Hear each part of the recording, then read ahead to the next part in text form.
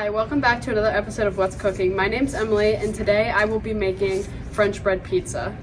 So the ingredients we have today are mozzarella cheese, some pizza sauce, pepperoni, green peppers, olives, sausage, and white onion.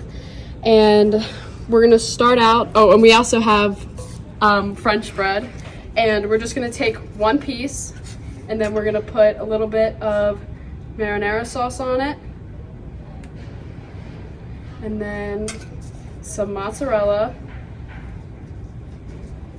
And then in the cafe, you'll be able to pick your toppings. I'm just gonna put all of them on just to show you what it's gonna look like.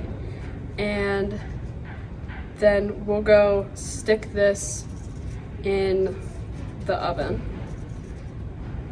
for about 2 or 3 minutes just to melt the cheese and get the bread all toasted.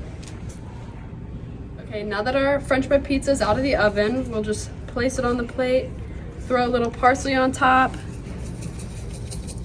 and then this will be available in the Cafe and Bistro Monday, Wednesday, and Saturday. Hope you enjoy.